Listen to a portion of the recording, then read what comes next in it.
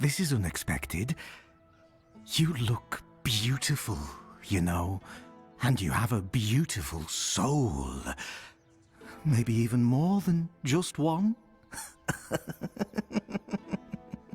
I can hear them fluttering. I see their soft shimmer. Will you show me?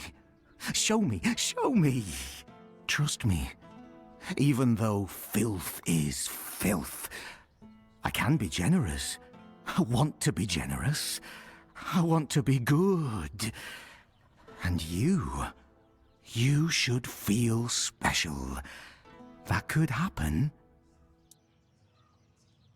Souls, trinkets, all those that belonged to others, but are now yours, because you dared to reach for them. For you. A blessing of sophistication, or perhaps splendor. For those who have had something taken away, a blessing of absence. Even lack can be worth experiencing. Deeply and intensely.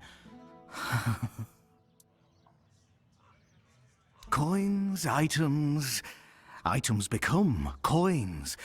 They gain a soul. A man who is a scavenger, whether he's filth or not, also possesses a soul. Strong, shimmering, fluttering. A soul that yearns.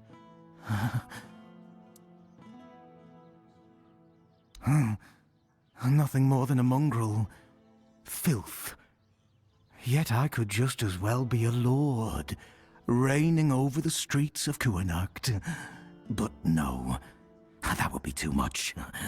The streets belong to everyone, along with their mud, sorrow, and cold. Filth. Both a name and a title. One cannot forget about titles. There were people who made filth aware of my own filthiness. Good people. People who showed me the right way. Let it feel special and beautiful. Ah, the gateway to the hidden beggar's kingdom. To open it, you'll need a royal scepter. A truly fancy old key, which, lucky for you, I happen to possess. I haven't been there for quite some time. I'll lend you my key, but only if you promise to retrieve something that was left behind for me. A curious cube. It has symbols and moves, and it tinkles delightfully, very interesting and amusing. The first time I was there, I was too afraid to bring it to the surface. Didn't want others to look at it. But now, I want to have it here. Here.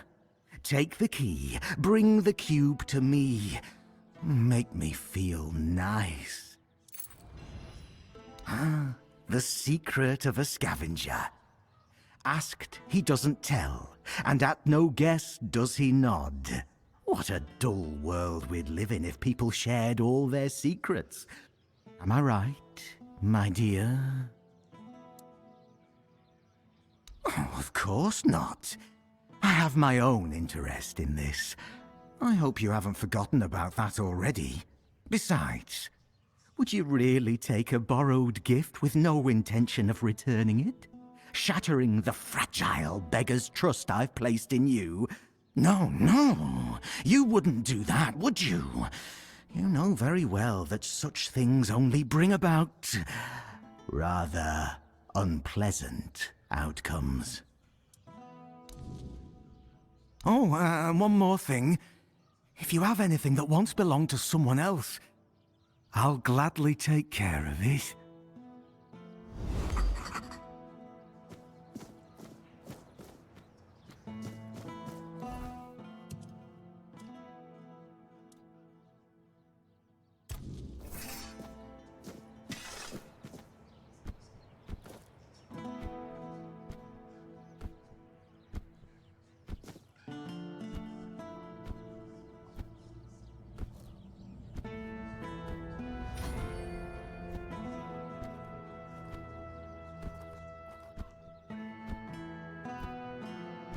Have some spare food or coin?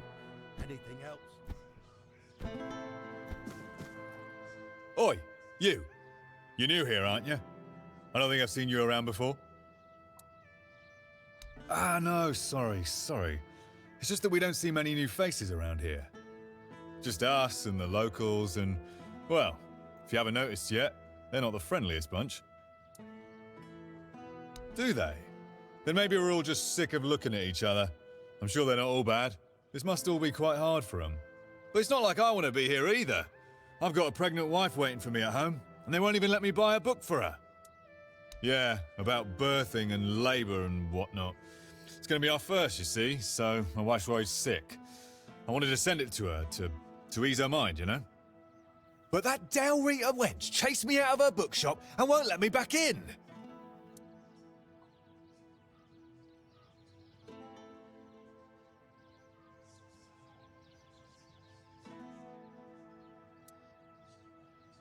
Well, could you? I'd be really grateful. Just don't tell her it's for me.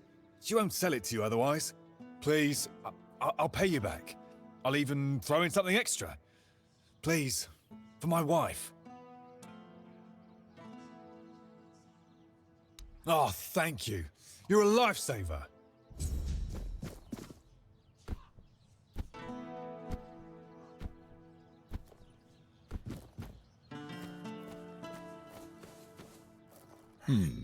Haven't seen your face around here before. A visitor, eh? Try to stay out of trouble. I'd rather not have to put your name on the bounty board. No, that'd be Sheena. I keep this camp running and make sure everyone's pulling their weight. Idle hands have no place in Camelot's army, especially not on a mission like this. Trouble is, we've got more work than men. So if you're looking to earn some coin, check the notice board. I've posted a few bounties. I can't spare any soldiers to deal with things outside of Kunacht, but I'll be damned if I let those bandit scum run loose. I handle what makes soldiers fight. Sheena handles what keeps them comfortable. You want glory and gold? See me. You want a softer pillow or a warm meal? That's Sheena's domain. Legate Denham is in charge here. Sometimes I wonder if he upset someone higher up to get sent on this mission, because this place, it's a damn mess. Lord Yvain's acting like a maiden on her wedding night, the Red Priests are throwing their weight around, and the locals are ignoring the fact that they're all about to be swallowed by the weirdness. I have no idea how the legate puts up with it all. But, well, at least he's got me to make sure his orders are carried out. I'm Immunis Askell. If you're here for war stories, forget it. I've no time to entertain idle curiosity. Most of the fighting's behind me now.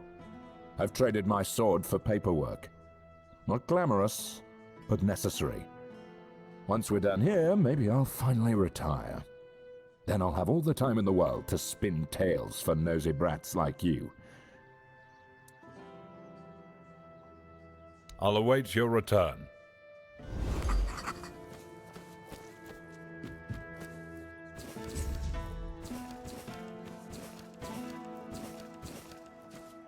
Stay out of my way.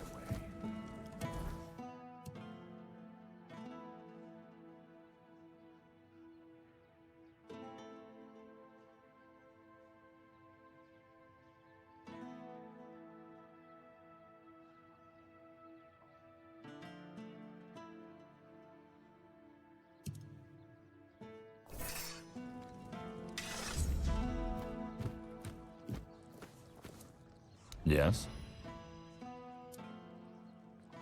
I recognize these remains. That's Thorn the Bloodbound. A complete madman. If you have his sword with you, be careful. It grants strength to the wielder, but at the cost of their blood. There are stories that Thorn got it from a demon he made a pact with. We'll probably never know. Well, I'll be damned. Nevera, known as the Chillheart.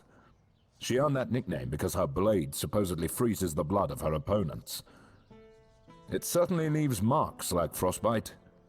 Nevera is said to be a Dalreator from the Forlorn Swords. They say she was too cruel even for her own tribe and was exiled. If you ask me, she should have stayed there. But she won't be causing trouble anymore. Here's your reward.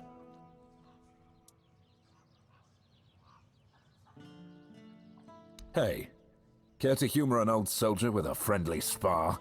These bones could use some warming up. That's the spirit. Let's see if I've still got some fight left in me.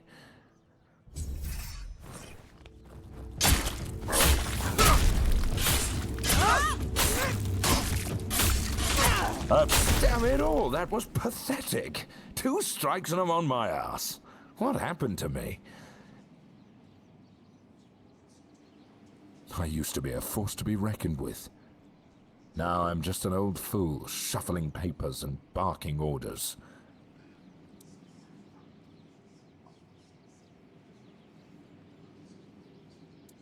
Exercise? I don't have time for that. I'll be in the grave before I see results. No, I need something faster, something stronger. Exactly. You're quick. I'll give you that. There are potions, elixirs, things out there that can bring back the strength I've lost. I need one of those.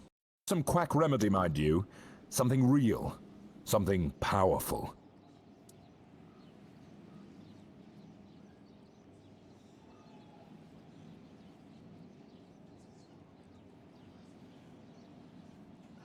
If I knew, I'd have fetched it myself. But there's talk of alchemists in the region who dabble in such things. And if anyone's got the gall to brave the wilds for it, it's you. I've also heard about some powerful stuff from the Dalreator tribes. Trust me, I'm not a fan of those folks. But if it works as they say it does, I'll take it. Good. You'll be paid, of course. Just bring it quick, all right? The idea of sitting around like this for another day is unbearable. Yes? I'll await your return.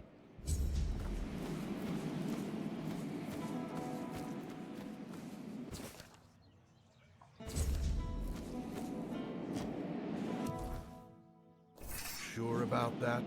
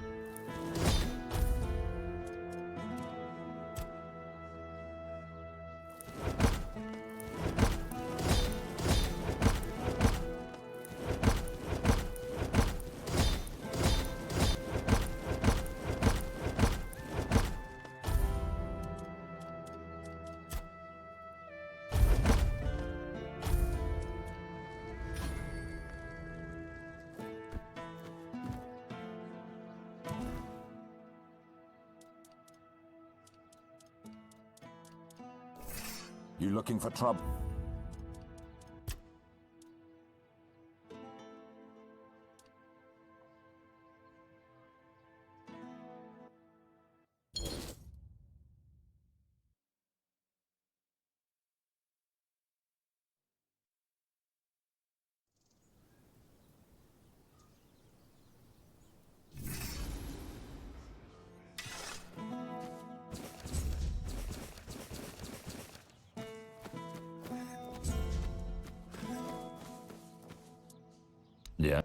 If you, it's nice, but she.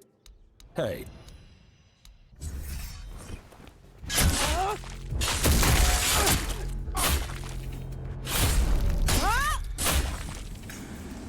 You better damn it all, that was pathetic.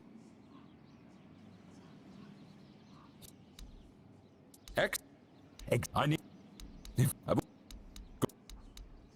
I'll.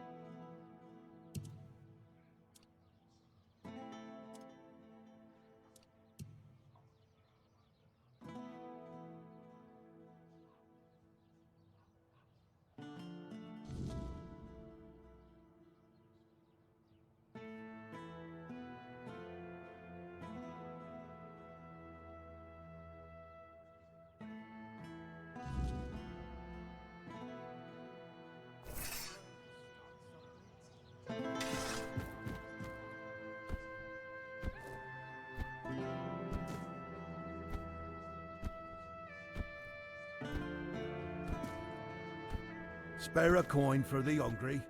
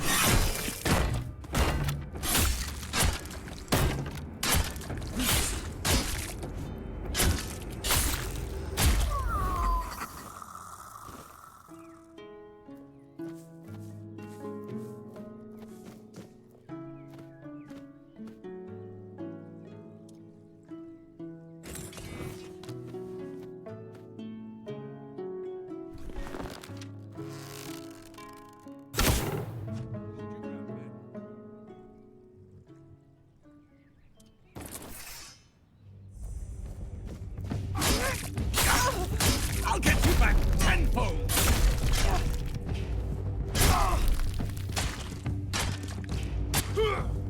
I will be your downfall!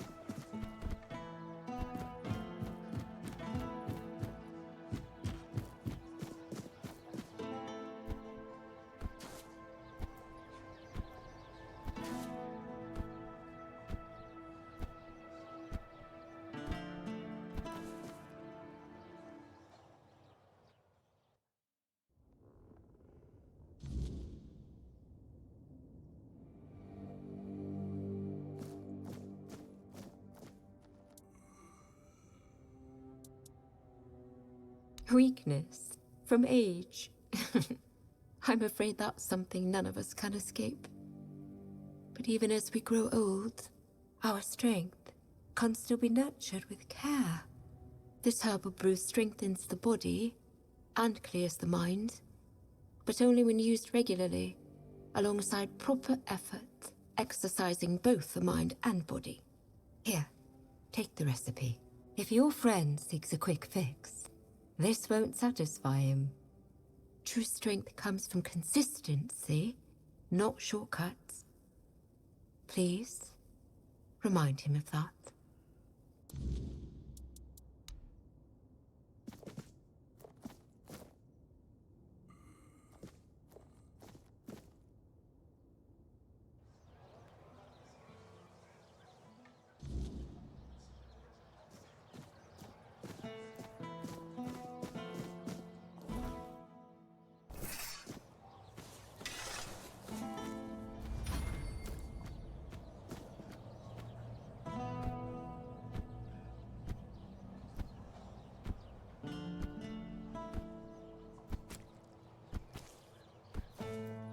You look like you're enjoying yourself. Got money?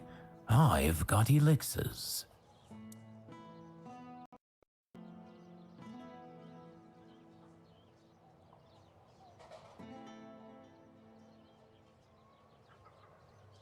So he's just old.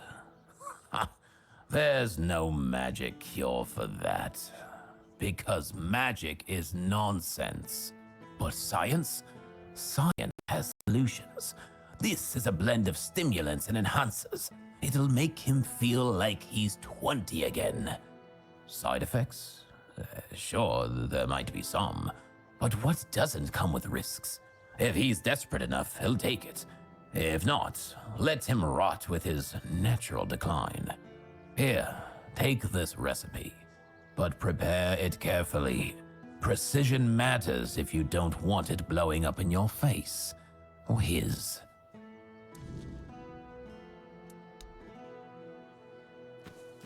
Oh dear, I'm pretty sure that's not...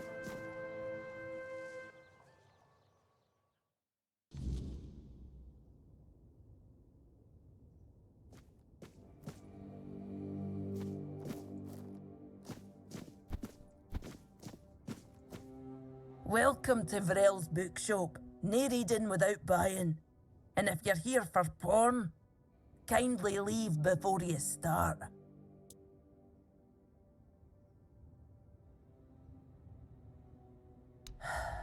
Aye. Look, I don't begrudge anybody their reading habits. Each to their own. But some things should be kept private. Aye. Not only can I read, I can even make recommendations. Imagine that. So, if you have a joke to tell, don't bother. I'm pretty sure I've heard them all.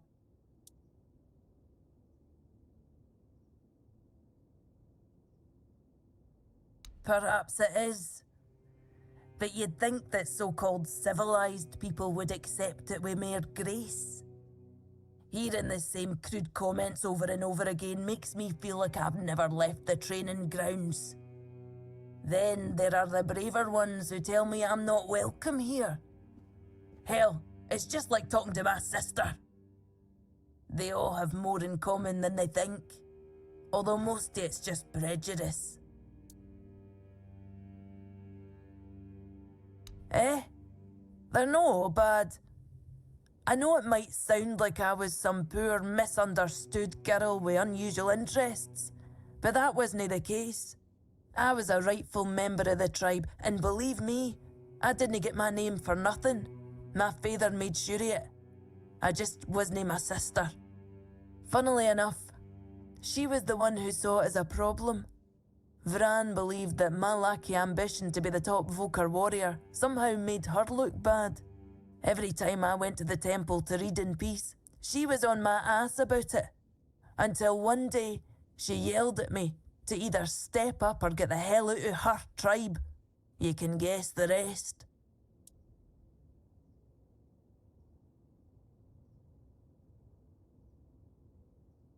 Oh, great. How's she doing? Still on her path to becoming the pinnacle of tribal perfection? Of course she did. It doesn't surprise me that she decided to join a fanatic. Though it is amusing that she chose one capable of using compound sentences. She never believed in the power of words. But perhaps that's exactly why she ended up following a man who fed her beautiful lies. I am no sure. When they decide to kick you out and take your name, they make a whole ceremony of it. But I left pretty much the moment my sister stopped yelling. You don't have to be there for it though. Vran might have been pissed off enough to go through with it. So, maybe. I don't really care. I'm not going to stop using my name just because my little sister told me to. This shop belonged to my late husband. We met on the road. I was a mercenary hired to protect the caravan. He was a fine older gentleman, fascinated with a Del Rita lass who shared his love for books. It was a lethal combination for my poor heart. We didn't get near enough years together, but we were happy. We didn't have much family left, and they couldn't care less about this place, so he left it all to me. Well, I can't just take the shop and hitch it to a cart, can I? Although I suppose that might be more or less what I need today. I didn't hate living here, you know. It was fine when my husband was still alive. I even thought people were starting to warm up to me. And then he died, and the respect died with him. And then Camelot arrived. Everything just went downhill for there. Let me guess. Your friend's a Camlosian who's heard the Berserker potion can make a man tear a bear's arms from its sockets, and now he thinks he can be like us. Hate to break it to you, but that's not how it works. Our strength comes from battle, from blood, and that brew is Mither's ain rage running in our veins. Besides, it's a tribe secret. I might have left the Volker, but I'm no about to hand over our secrets just to anybody.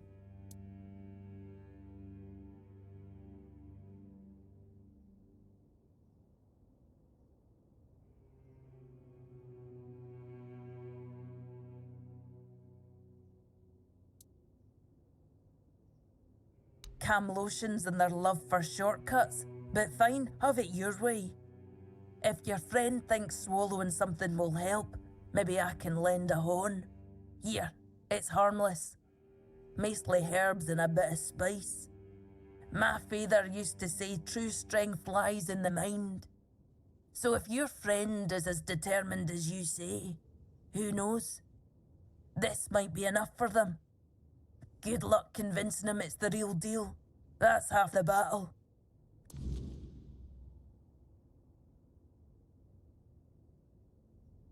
Oh, Expecting a wee un? Congratulations! Lucky you.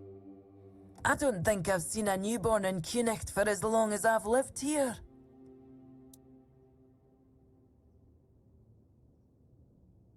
Wise of you to prepare yourselves. I think I have just the thing for you. The Temple of the All-Mother issued this book to instruct their priestesses in midwifery.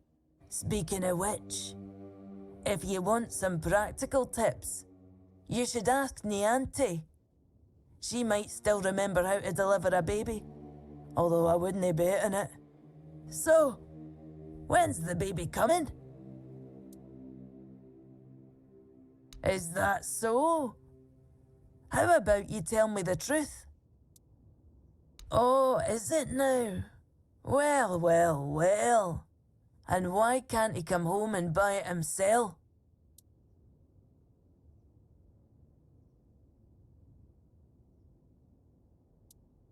Oh, that's precious. I chased him off because he couldn't take no for an answer. He came in and tried to seduce me. Told me he just loves to devour books.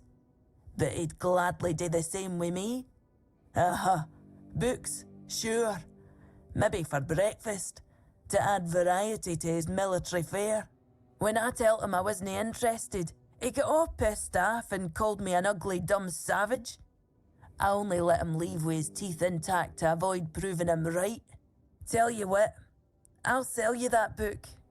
But fair warning, I'll be sending his fair wife the story of Giron the Unfaithful, with a special edition forward for me. Deal?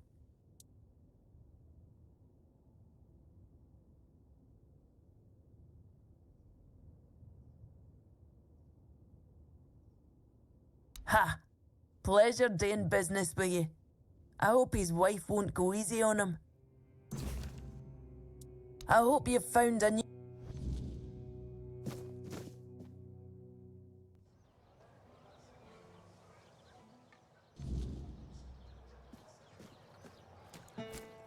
Keeping the blood flowing.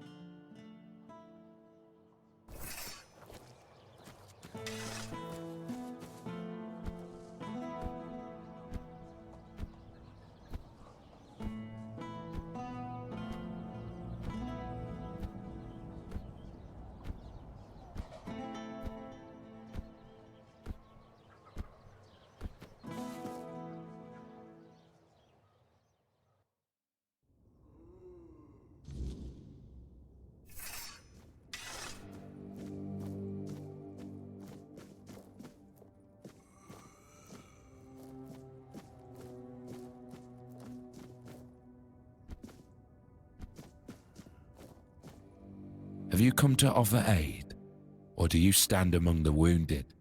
If so, do not let fear grip your heart. Your time will come. Trust the will of the word, and you shall shine.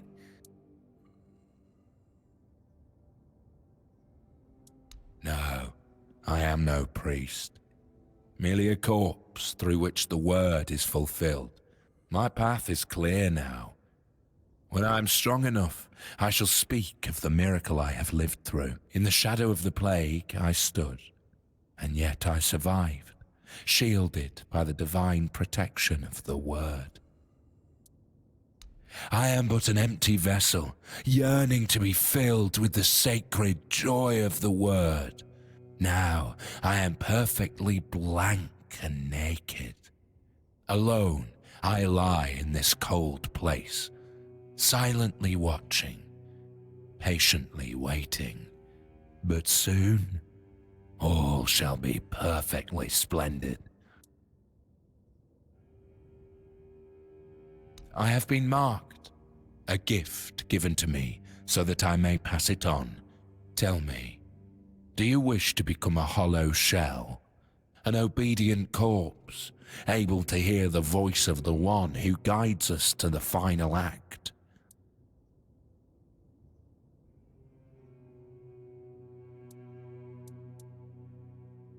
It is a path, one you will walk, guided by the one who bestowed upon me the grace of hollowness. I have received my task, to wait and pass the gift along. It is your intimate moment beside the prophet. You will hear the beating of her heart, feel her healing grace, and then you will find peace in the word. At last we shall rest, sister. We will finally rejoice. It will take but a moment. You will feel no pain. Now, go to the place where I first set foot on this path.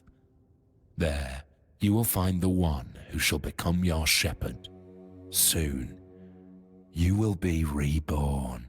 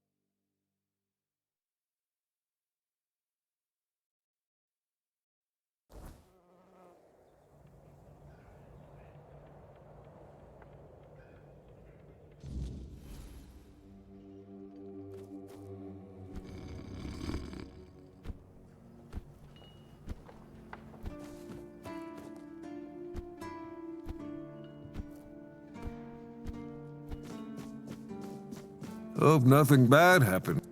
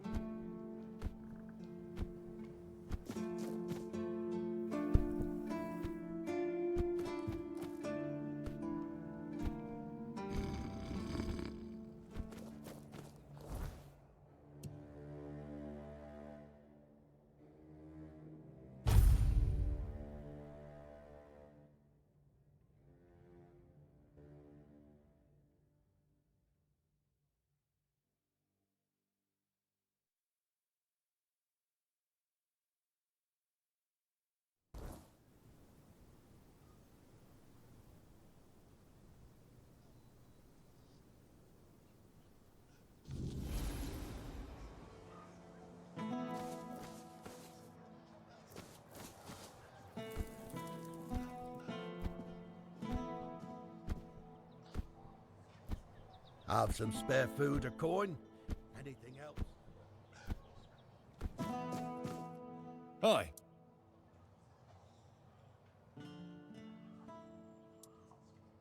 Oh, thank you. I knew I could count on you. I hope it'll put my wife's mind at ease. Here's your money, and a little extra. You've done a good deed. So, are you free this evening? I know a nice spot for a little stargazing. No need to be rude. I was just being nice. You don't think I'm actually interested in you, do you? I'm married. What's wrong with you?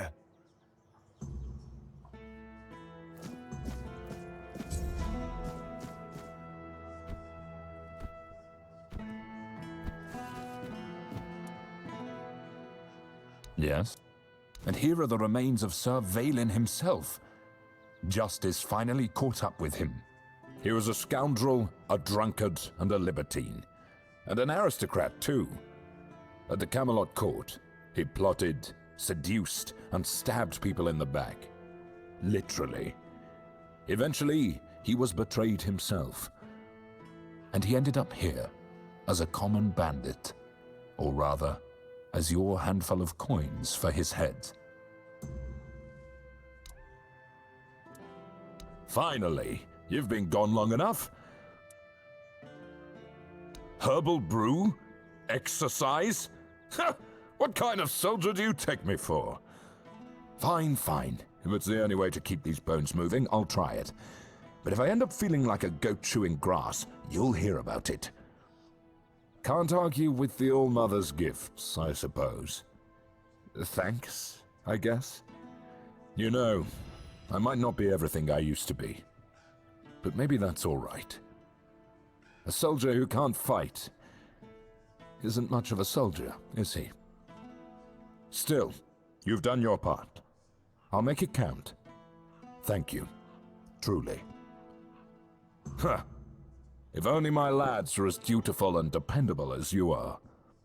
A man grows old, but he stays a fool, holding on to the idea that service means something.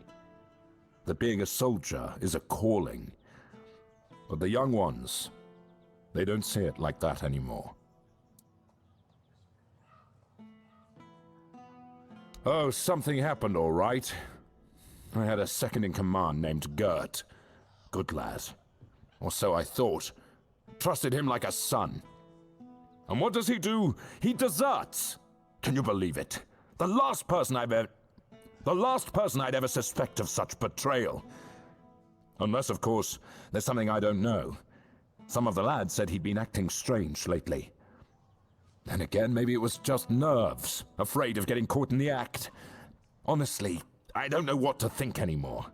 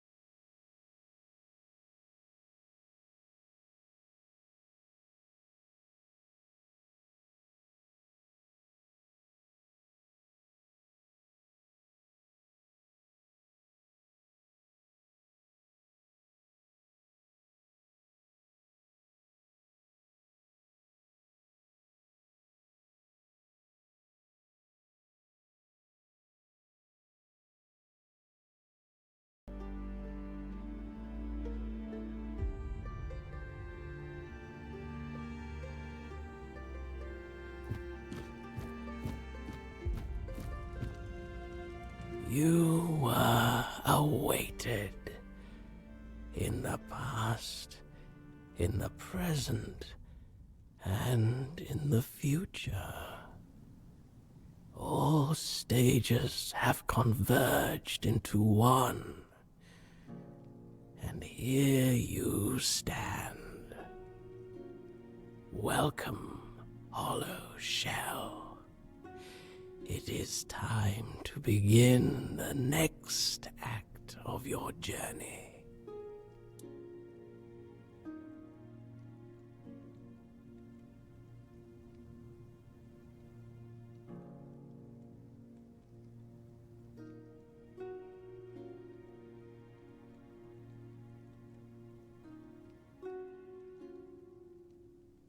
I am the One, the vessel, the bearer of grace, the giver. I have worn many names, but names matter little, except for the prophets. Kai, Kai, Kai, listener of the bleeding heart of the plague, the sanctified pilgrim.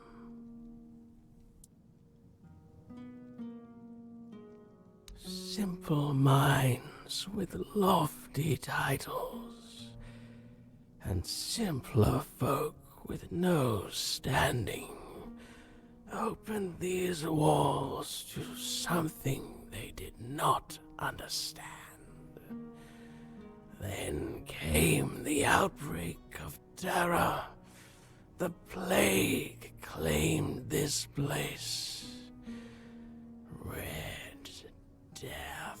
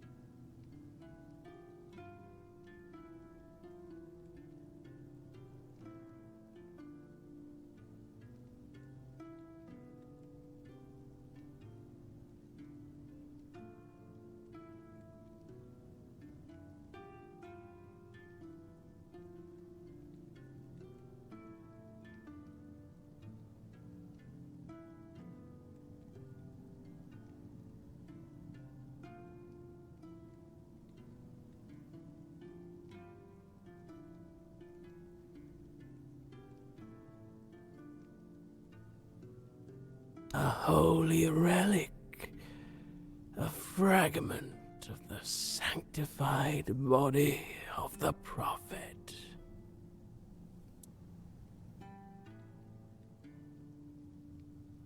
Ignatius is but a corpse now, walking his own path toward grace.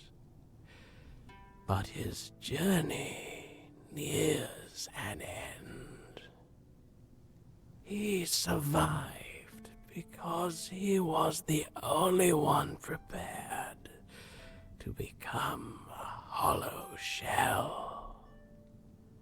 I chose him to carry the gift forward, to pass it on to someone he deemed worthy. It seems that someone was you. A humble soul is awaited by the bleeding heart of the plague. Someone who evaded its grasp. Someone who defied the destiny laid before them. Her name is Una, an old widow in Kunakt. But she is not alone. There is another, one whose choice led you here.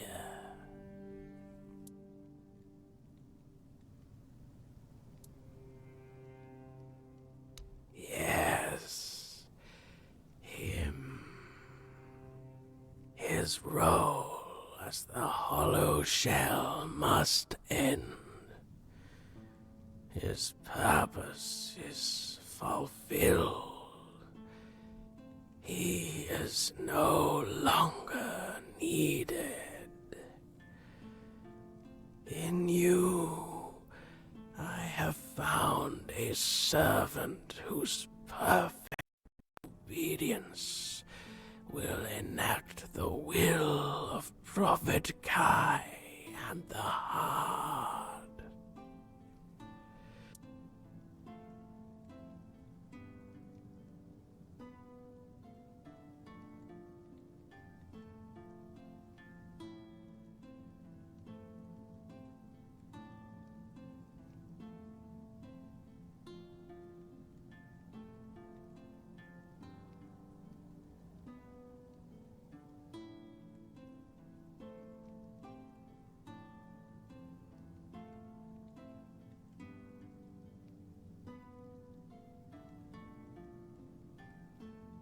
She will die in her sleep, and she will find peace in death. For those who defy their destiny cannot depart with joy.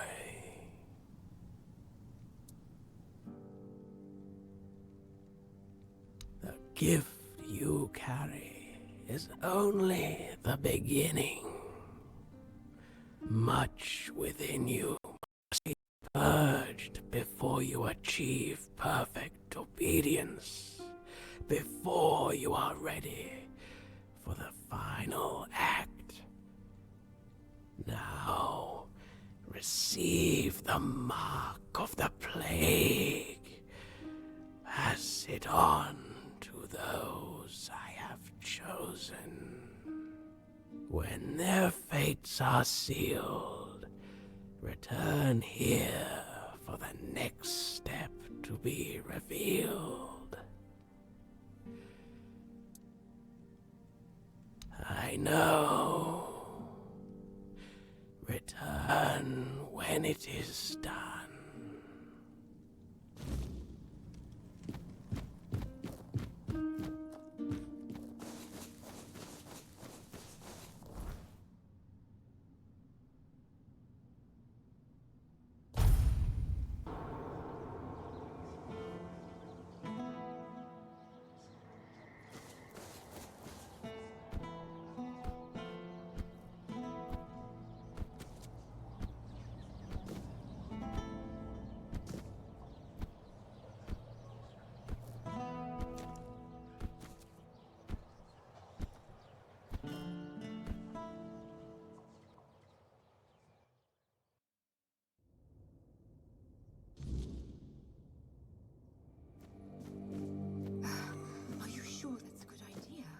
you hear it?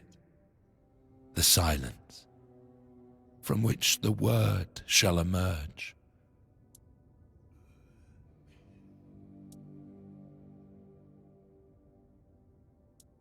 I have heard the tales of the Red Priest's brutality, and I have witnessed it myself.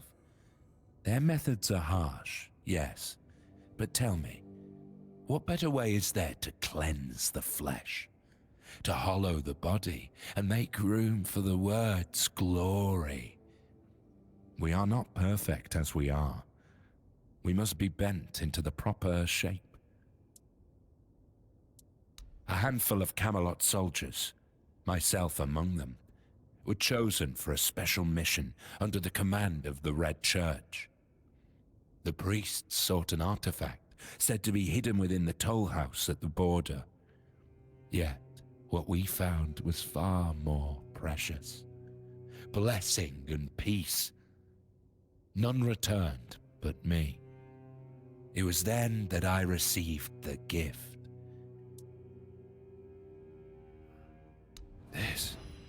This mark. No.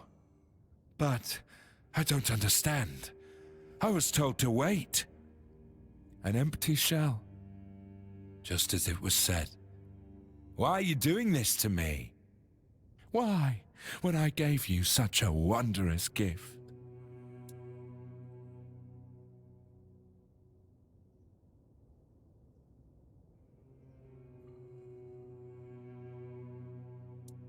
I got...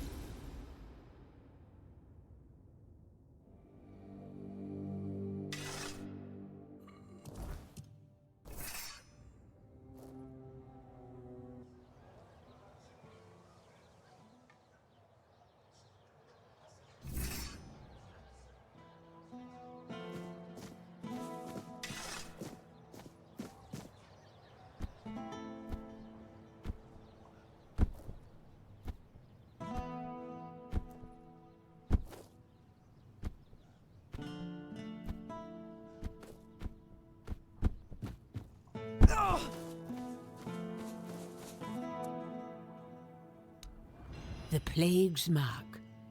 So, it has come for me at last.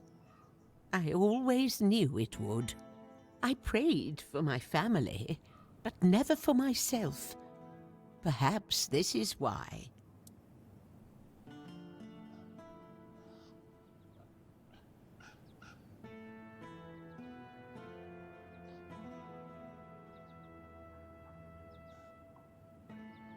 No, my prayers are said. My heart is prepared. Thank you for bringing me this warning. It's more than most receive. Go now. Death will come when it's ready. There's no need for you to linger and watch.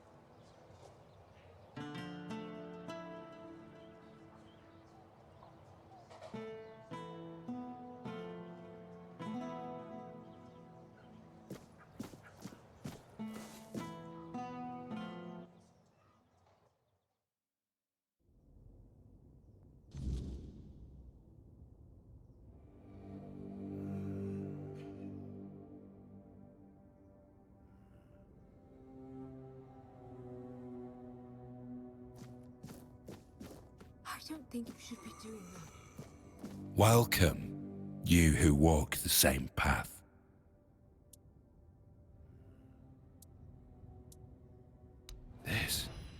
This mark. No. But I don't understand. I was told to wait. An empty shell.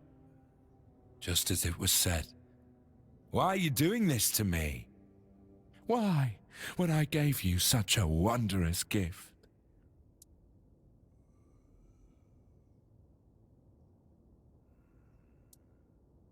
It's hard to hold faith in destiny when staring at the mark of the plague. But I must remain strong. I must remain the hollow shell, perfectly obedient. I am a corpse, anyway. Go now. Let me think.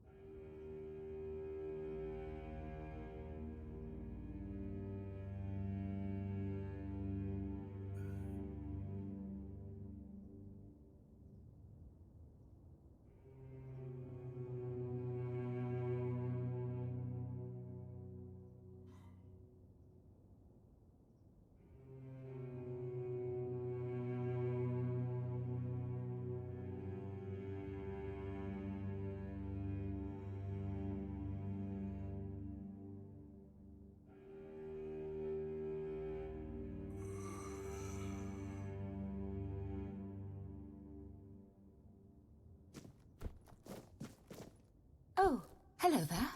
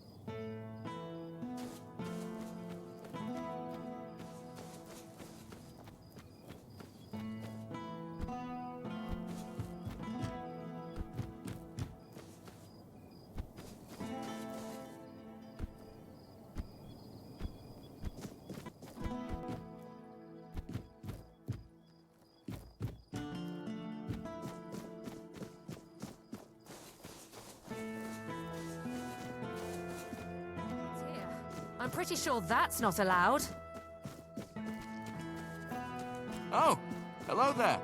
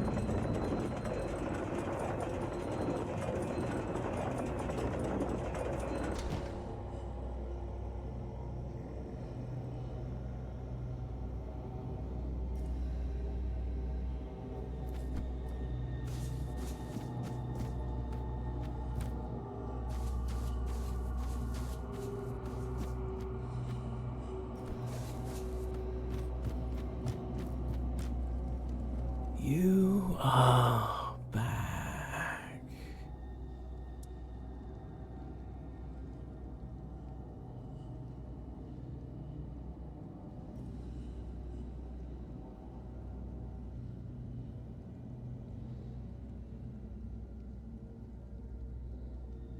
Ignatius, Una, these souls have taken their first steps onto the path that leads to the embrace of the bleeding heart of the plague. Soon they will begin their final act.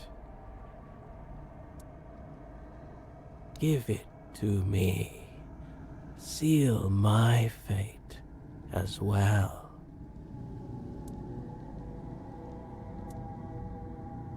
You shall begin your final march toward your destiny. You will witness what was ordained for you long ago, from the moment you first arrived at the island asylum. I can feel it. You were sick. You carried the plague. It was your destiny. Fate, however, steered your path in another direction.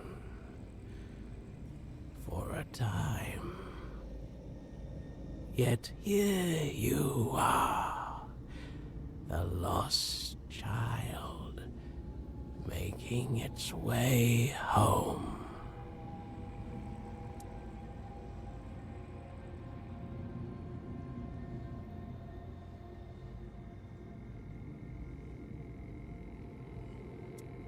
like Una, I shall find silence. I shall finally catch my breath. I cannot wait for that moment. And so, my final act unfolds. Let us close our eyes together.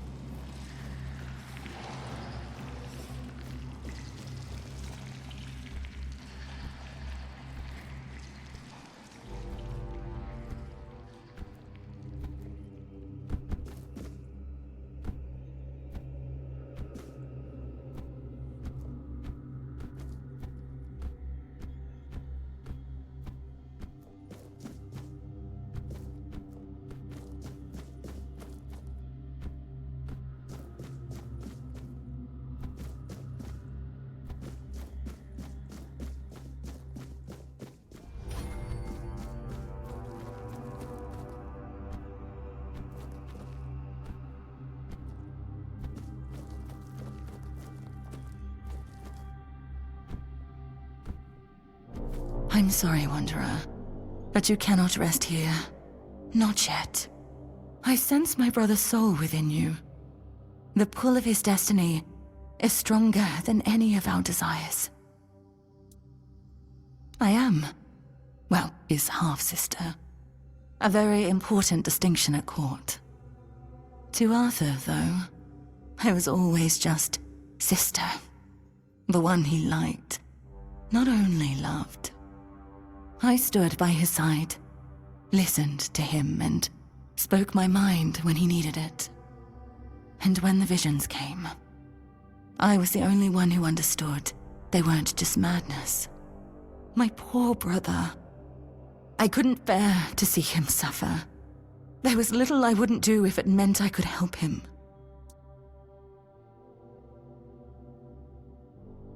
In a way, I think I did, but even now I'm not sure. I followed the visions, though most of the court thought I'd lost my mind, or that I'd secretly caught the Red Death and it had taken over my senses. Sir Estor was one of the very few who believed me, and the only one brave enough to join me on my pilgrimage to a plague-ridden land. The visions showed me a place of beginnings, bathed in creeping scarlet. So, that's where we went. The bleeding heart of the plague. With every step, the voice grew louder. And when I finally saw it, it felt as though it was beating inside my own chest. Each heartbeat was like a knife twisting, a festering wound that could never heal. That's when I understood. The homelands are lost, and Avalon is truly our only salvation. There was something almost human about it, and yet it was so terribly alien. It was like staring at your own reflection in a distorted mirror. Everything seemed familiar, yet profoundly wrong.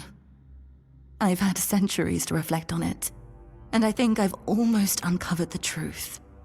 A truth that's both simple and devastating. The heart is a grief made manifest. The sorrow of a mother who lost her child. Undoubtedly, yes. These are three aspects that could not exist without one another. There was a heart, struck by immense grief. That grief gave birth to a force as untamable, as relentless as life. I believe that there's no cure for such matters, except time. And time is a luxury only we humans have. I don't know. I thought leading Arthur to Avalon would keep us safe. But then it followed us here, too. I'm not sure there's anything we can do to cure a bleeding heart. For a being that exists outside of time, with only a rudimentary grasp of mortality, there's no such thing as an end. I doubt she wants everyone else to suffer with her. She just doesn't know how to stop.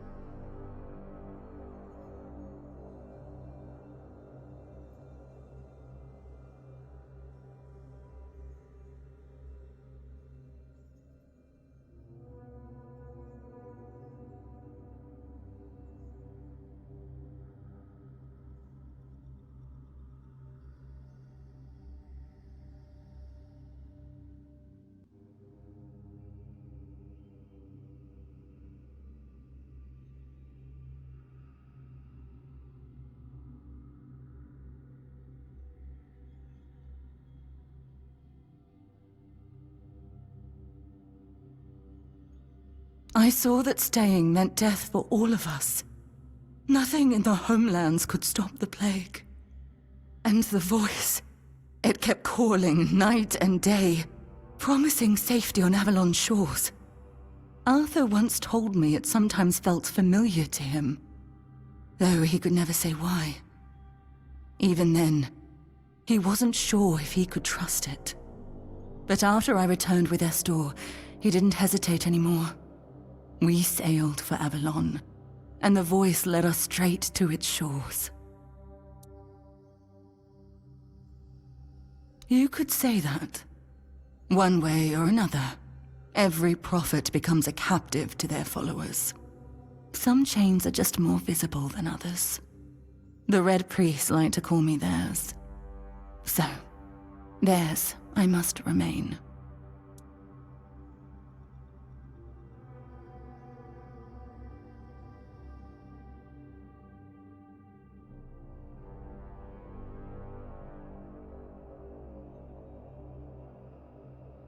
After we left the homelands, people started listening to me. Not just to my brother. It was terrifying, stepping out of his shadow. But I did my best to guide them. You see, no one becomes a prophet on their own. They're made by the people who need someone to follow. I became what they needed. Sometimes a guiding hand, other times a whip over their heads. Keep going. Take it from someone who has lived far too long. Some decisions are out of your hands. You just have to make the best of what's left. You'll do fine. You're in excellent company after all. And Arthur, I'm sorry I can't stand by your side this time. But know you're always in my heart, brother. This is for both of you. May we all find peace at the end of this path. Please, take care of my brother. Now go. There's nothing more for you here.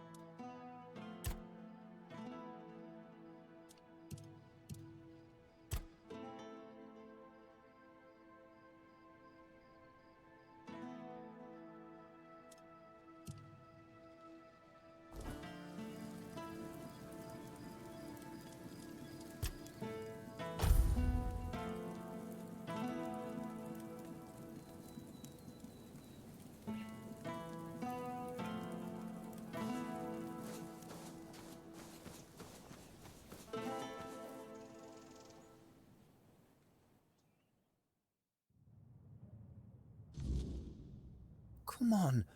We can't sell Daisy. We're gonna need her. What we're going to need is money. And she'll fetch a good price. We still need to move somehow, don't we? She could pull the cart. We have Clover for that. Look, I know how much this horse means to you, but I've already talked to Dinholm. He's willing to pay a lot of gold for her. But what if we... No, Gil. Enough. We're selling her, and that's that.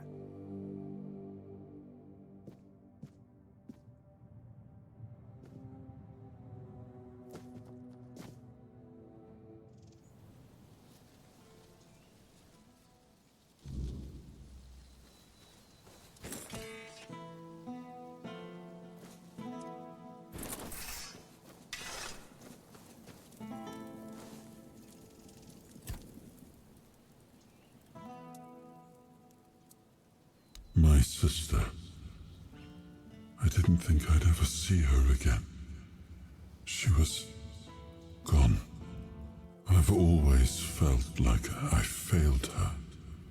I was her older brother, and it was my responsibility to protect her. And yet, she ended up taking care of me. And she paid dearly for it.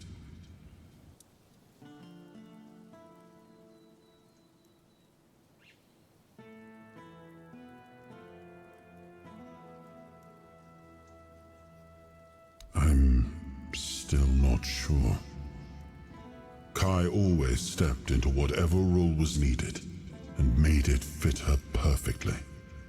Blind devotion was never something she sought, but if she thought it served a purpose, I know she wouldn't hesitate. I want to see her only as my beloved sister, but that was never all she was. A half-sibling is only halfway to being a bastard, even if acknowledged. Like Morgaine, Kai wasn't well respected at court. But unlike Morgaine, she never met disdain with more disdain. Just pity. The narrow-mindedness of others usually only saddened her.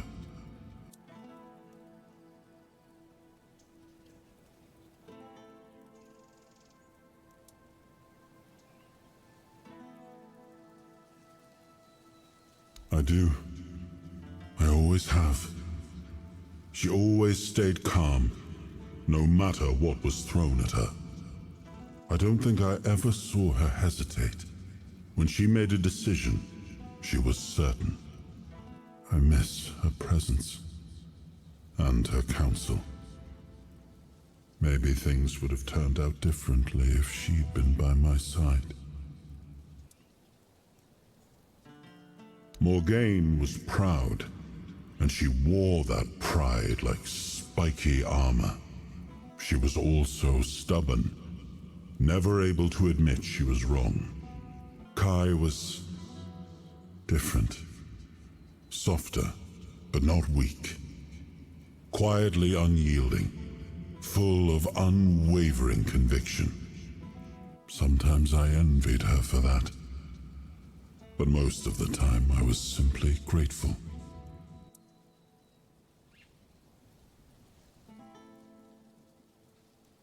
Like many things in Avalon, it seems.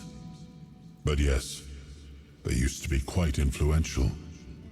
Sometimes unnervingly so. They had the ears and hearts of the people, and they made them rather bold in voicing their opinions. As you can imagine, we didn't always see eye to eye.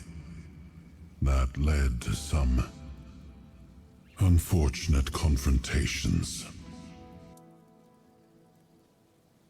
I couldn't allow people to openly disagree with me, no matter the influence they thought they held among my subjects. The temple's representatives didn't approve of my use of the weirdness during the war, and they made their opposition public. I decided that such opposition deserved punishment.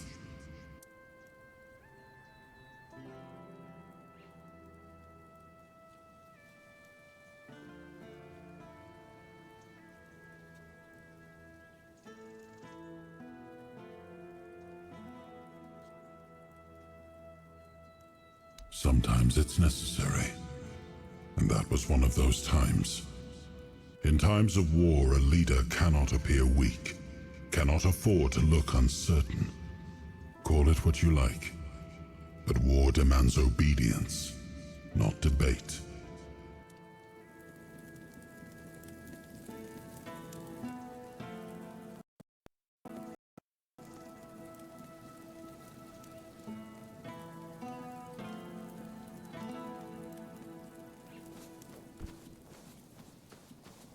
I've got my eye on you.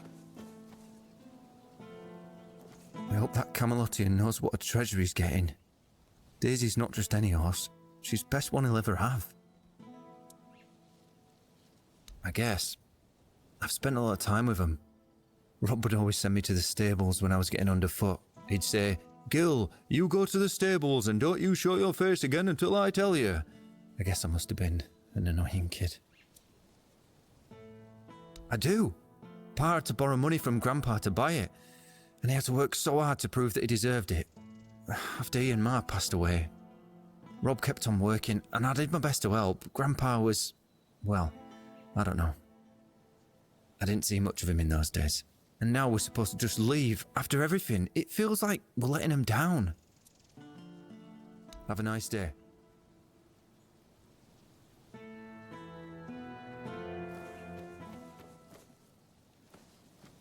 If you're interested in buying a horse, look somewhere else.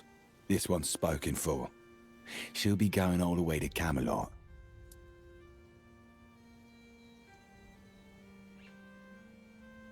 Sure, are you? You willing to pay 300 gold?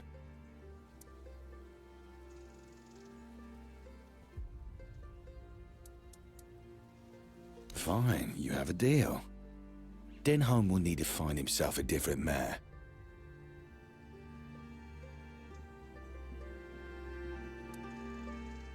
Aye, man's name is Denholm.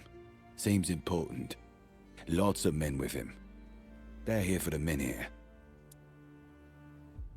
Haven't you heard? They're moving everyone. Something to do with that menhir of ours. Don't really care either way. As long as they keep their promises and give us a better place to live. Aye, and Ma and Pa would rather us alive somewhere else than dead here. Don't know yet, but we're strong and we're not afraid of hard work. I'm a decent carpenter, and Gil is good with horses. I'm sure we'll find something for ourselves.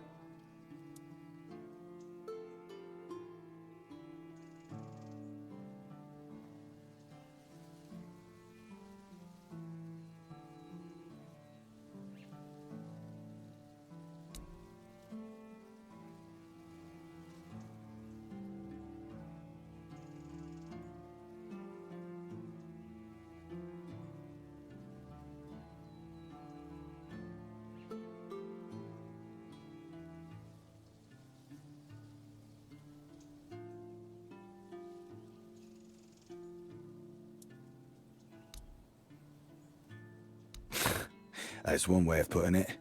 His farm belonged to our grandfather. My parents were tending it, but he was the one in charge. Both Ma and Pa died when Gil was still small. That left us with just dear old Grandpa. And he was a nasty piece of work.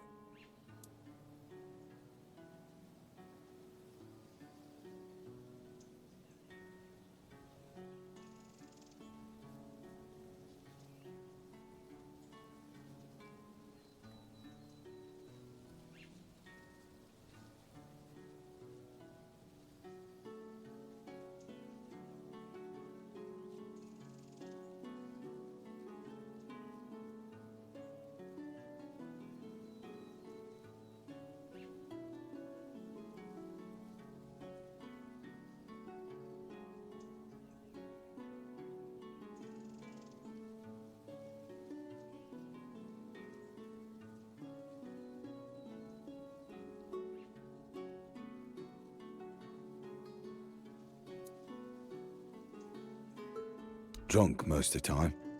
Built like a barn door. That's something Gil got from him, I guess. He liked beating me to a pulp and telling me I was worthless. I remember he had this belt with a heavy iron buckle, shaped like a horse's head. He got it for his service as the master of horses at Warrior's Fair. Man, that one hit hard. Shame the old codger took it with him to his grave. I wish I could have kept it. So when I'd see some lowlife beating their kid, I could use it on them just like Grandpa taught me. Aye, it was. Until one day, Gil told me that he saw Grandpa pissed drunk and walking into the woods. I prayed that something would just eat the old bastard. And I guess for the first time in my life, my prayers were answered.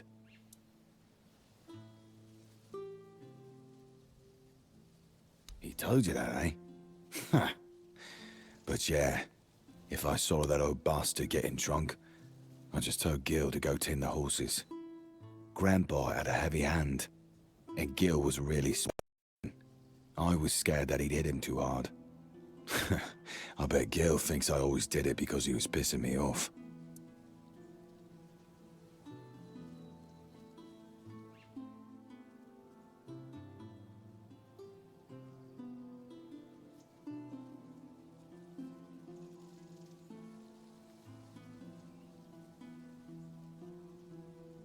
And what?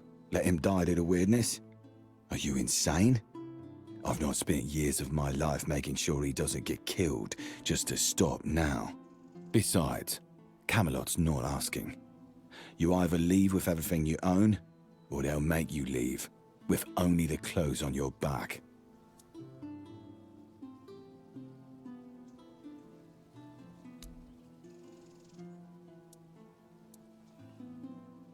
Yeah, they're doing their job. For now. But let's not kid ourselves. This is a delay, not a solution. We've got time to think, and that's about it.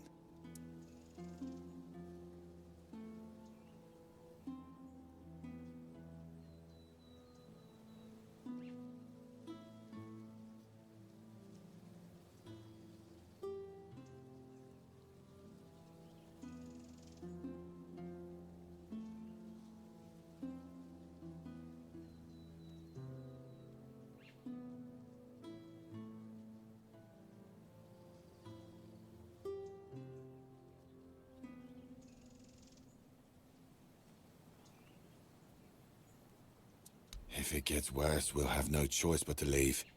I just hope we'll have something worth bringing with us when that time comes.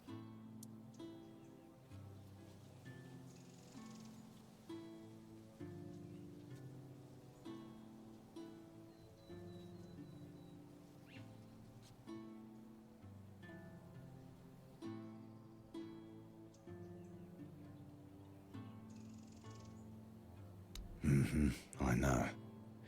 He loves this place, and he loves his horses. I'd rather just forget all about it. Gil's memories of this farm are different from my own, and I only have myself to blame. Mind you, I don't regret any of it, but it sure doesn't make things easier with him. Have a good day.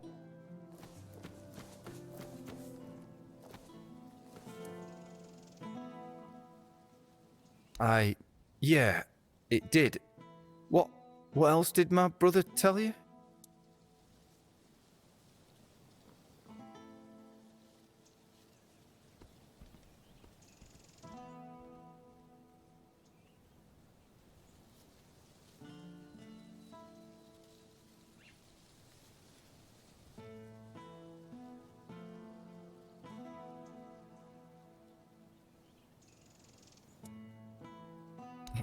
That wailing thing was Grandpa. Oh, no.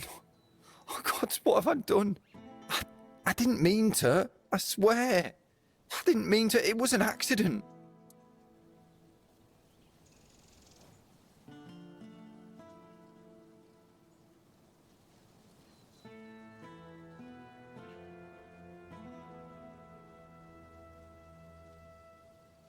I was at the stables. It was getting cold, and Rob hadn't shown up to fetch me, so I went home. I saw Rob lying on the floor. He wasn't moving, and he was covered in blood, and Grandpa was kneeling over him, just hitting and hitting. I begged him to stop, but he wouldn't listen, so I grabbed the iron pot, and then he just crumpled. Afterwards, he was so still, I didn't know what else to do, so I dragged him to the well.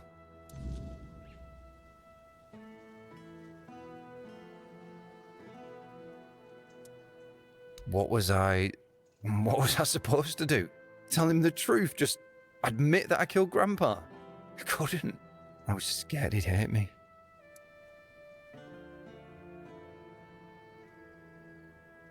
I did, didn't I? You know, I never thought about it. Only about what I did to Grandpa. Still, he might not thank me. Are you going to tell Rob?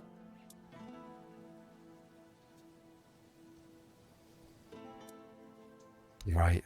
I will. I'll tell him everything. I just hope he won't hate me.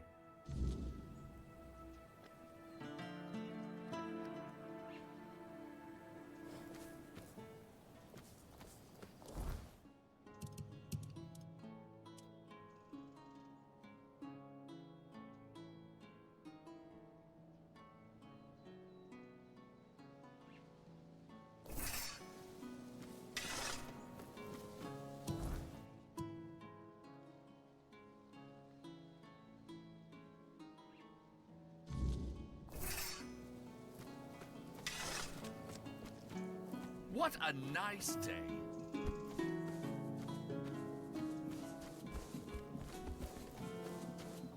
One warning is all you get. Another one? We've had enough strangers in Kunacht. You lot bring nothing but trouble. Which ones do you want to hear about? The Camelotians who want to take Armenir and rob us of our land? Or the Red Priests knocking on everyone's door and dragging people out into the streets? We already had enough problems without all those prissy arseholes adding to them.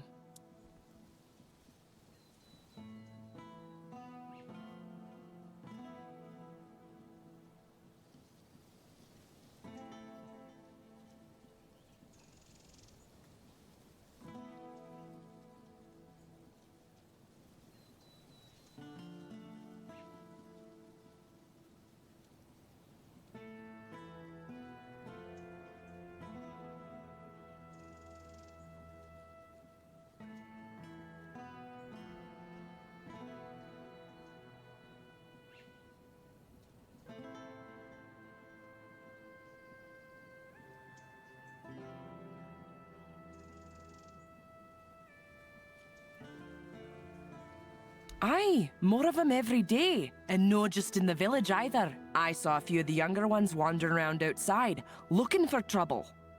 They say they're looking for people sick with the Red Death, but all they do is drag decent people out of their homes and haul them off to all mother knows where. And people still get taken by the plague, so what good are they?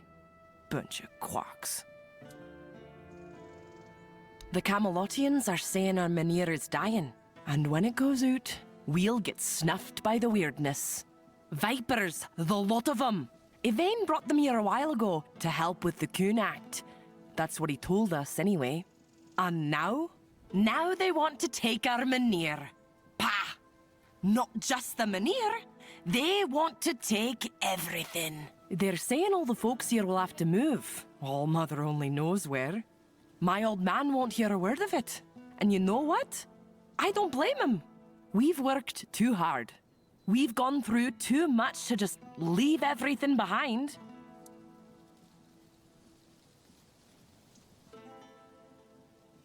Aye, why no? Everyone says me auntie's girl got touched by the weirdness. But she's still here, ain't she? Besides, we know the weirdness. We live with it every day. If it kills me, then so be it. There's no much left for me in this world anyway.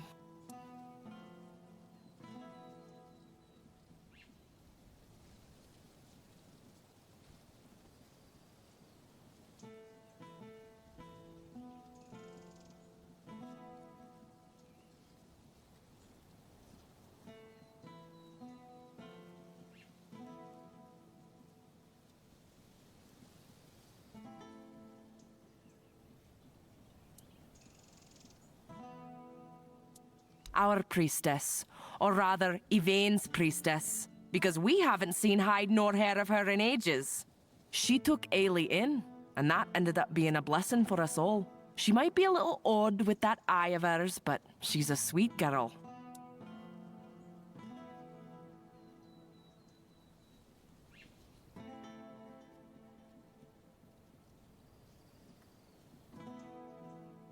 Go talk to her and you'll see. I might be an old woman, but I am no one to gossip.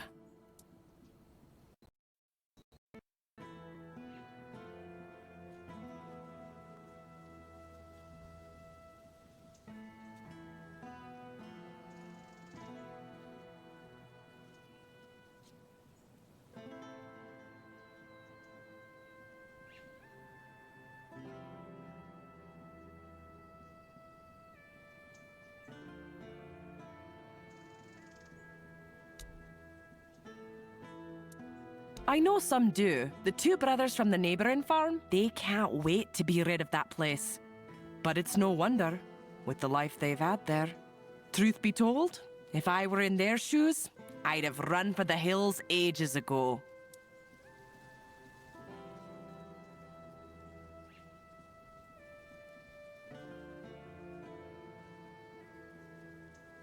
Maybe they will, maybe they won't. Makes no difference to me. They could promise me a palace and I still wouldn't leave. This farm belonged to my father, and it belonged to his father before him. When my older brother died, I promised Pa I would nae let this place fall to ruin. I hoped to pass this land on to my children, but, well, they ended up buried in it. It's only fair that I should rest here with them.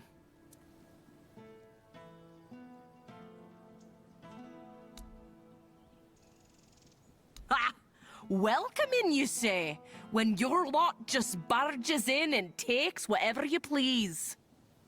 Like old Norm's woodshed. That got requisitioned by Camelot. They shoved some fancy paper in his face and said, "This is ours now." They say it's all fair because Norm got compensated. But what about us, huh? We lent Norm our best axe ages ago, and he left it in that bloody shed.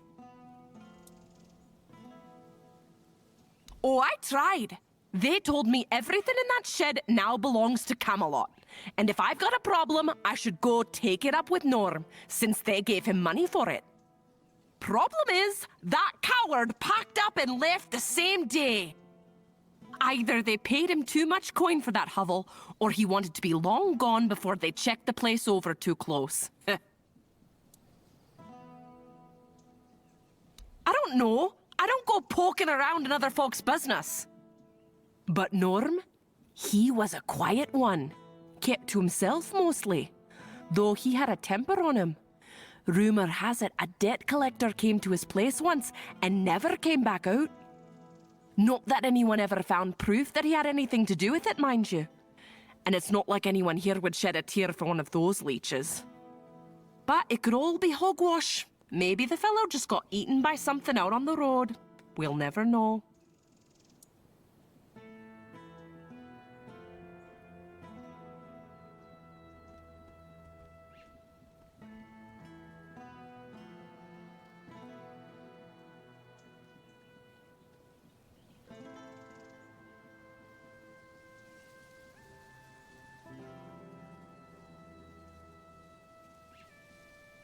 Nah, they bolted it shut and took off. No clue if they're even using it. But if I tried to get our axe back and they caught me, they'd throw me in for theft. For theft! Can you imagine? Of my own property!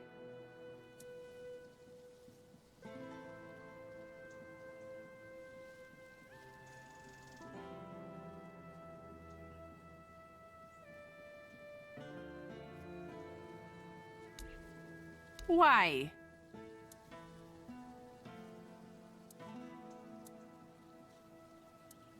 Huh. Maybe you do. But I don't trust folks who offer things for free. They always want something later.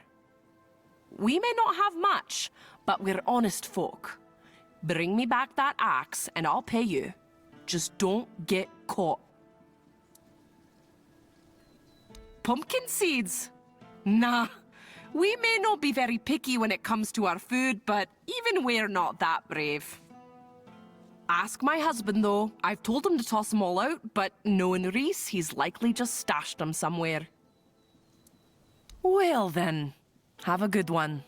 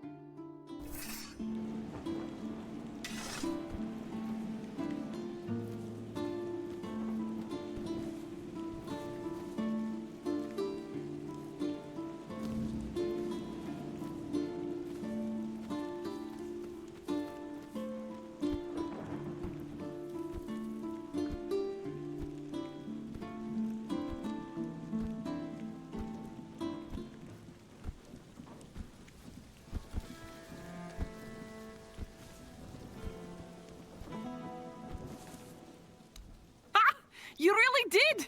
Camelot didn't give you any trouble. Huh. Maybe there was something to all those tales about Norm after all. He always seemed so polite. Helped my Reese figure out the best way to grow wheat outside the repellers. It just goes to show you never really know your neighbours, eh? Well, here's the payment I promised, and some freshly picked veggies too.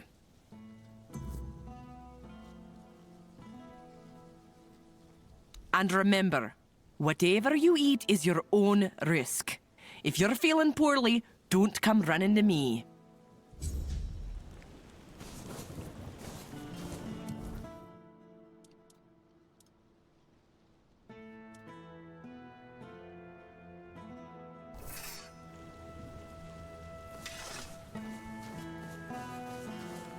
I've got my eye on you. Well, if you want to buy eggs, go talk to the missus. Though consider yourself warned. You eat them at your own peril.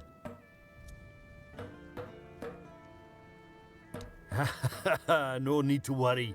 Yeah, the missus told me to say that to anyone asking after the eggs. Or grains, or veggies, or anything, really. So they know not to come crying if they find ears growing in unmentionable places.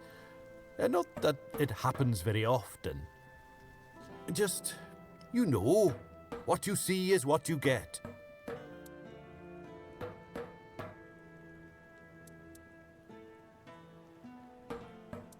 Pumpkins, you say?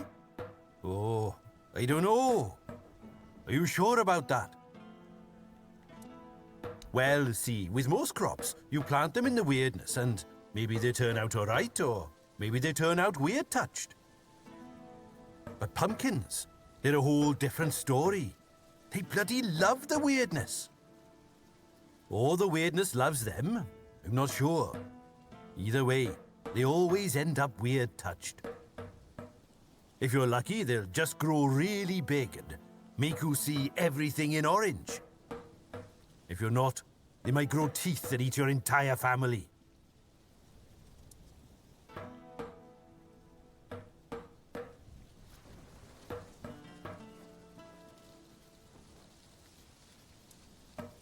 All right then, it's your funeral. That's gonna be a weird one, that's for sure.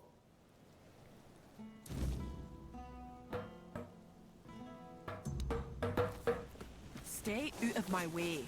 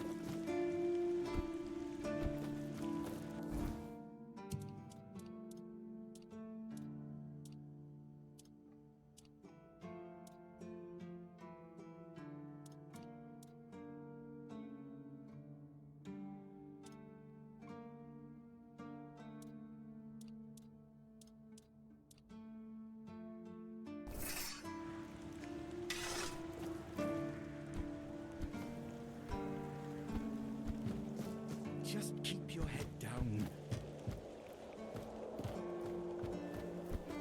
You need something?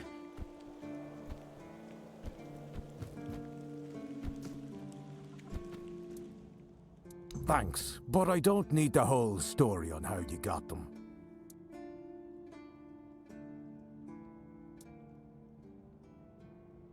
Sounds about right.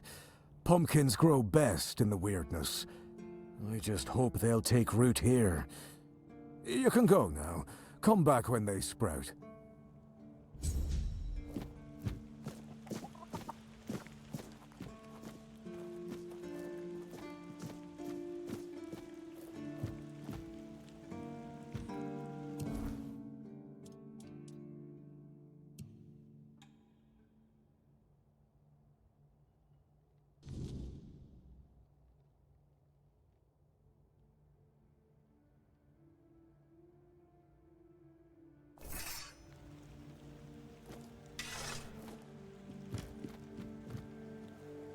The less attention, the better.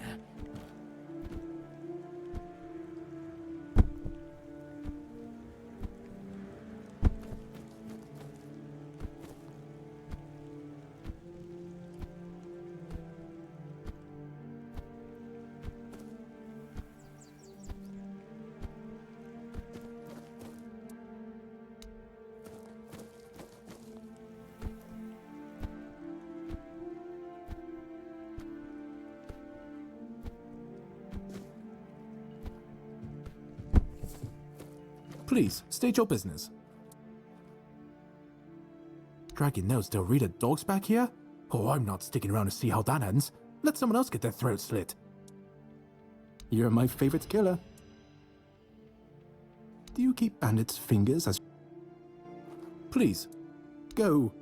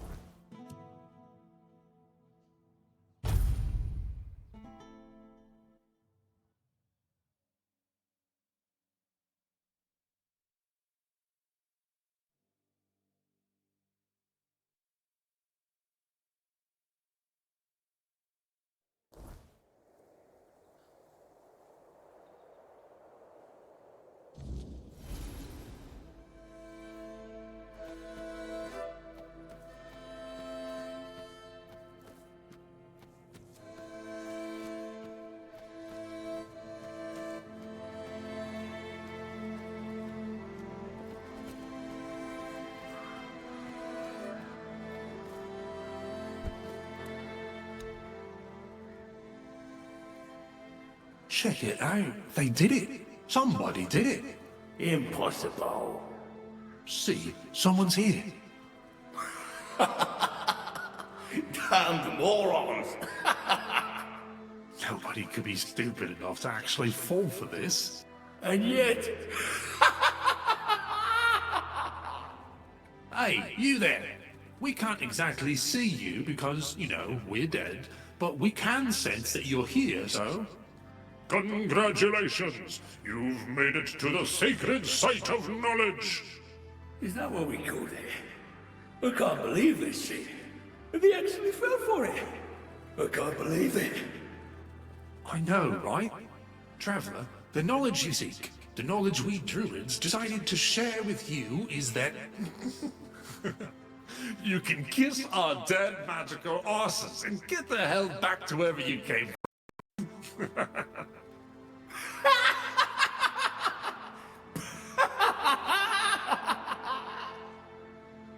Now scram!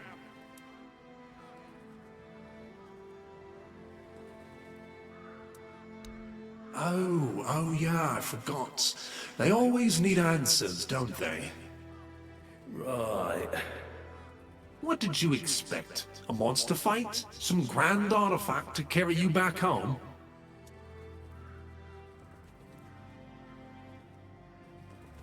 No monsters here.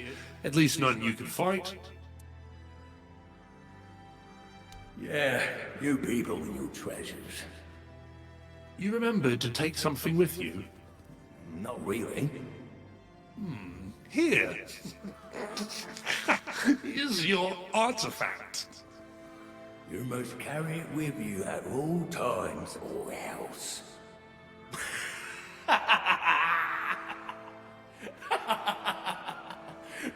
I can't. I just can't.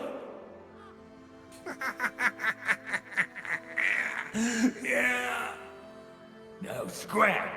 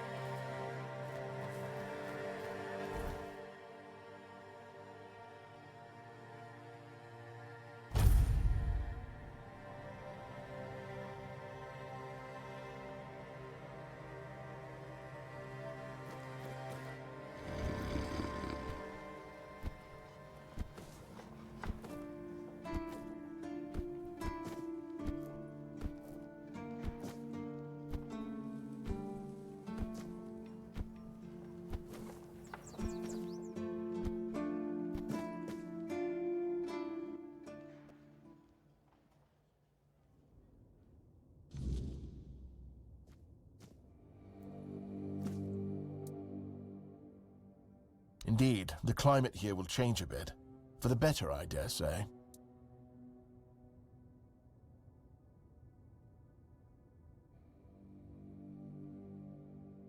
Worried? Of course not. Fear is the greatest enemy of knowledge. For someone who lives in fear, there's nothing else to do but sit in a crumbling hut praying to the All-Mother that the first gust of wind won't blow the roof down over their head. I believe an alliance with the Dalriata could provide me with many valuable experiences.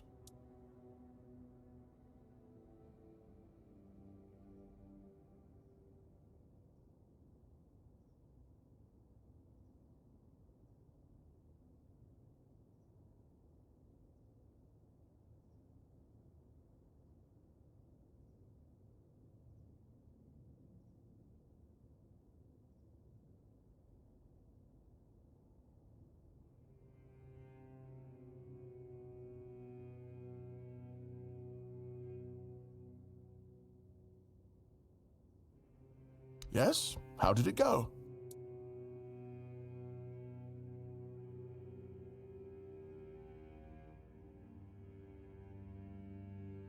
Bastards. If this is how they behaved when they were all still alive, it makes more and more sense that people got fed up with them. But I don't get it, you know? Think about it. You have all this knowledge. You're practically a god. And yet you treat them like this. Why wouldn't you let the chosen few in on the secret? Why wouldn't you share the mystical arts? Or even just let them observe? How are we supposed to figure these things out for ourselves?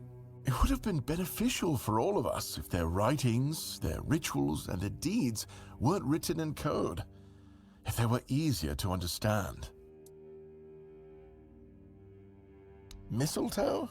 Really? They gave you mistletoe? Useless junk. And a parasite to boot. Really nice way of proving their point that we're unworthy of their knowledge. What? Changed? Changed how? Is it bad?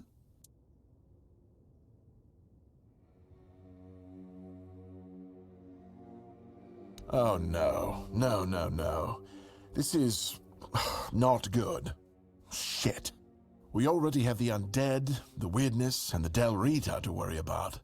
We don't need yet another problem on our hands. Besides, it's a known druidic site. What if news of something happening there reaches the Red Priests? They are ruthless in pursuing any remaining druids. If they find out about my interests, I'll be done for. Look, it's a small keep. People here know everything about each other, and I tend to babble when I'm drunk. I don't even know. Maybe I told somebody about my peculiar interests. Maybe not. But even one person knowing this about me would be one person too many.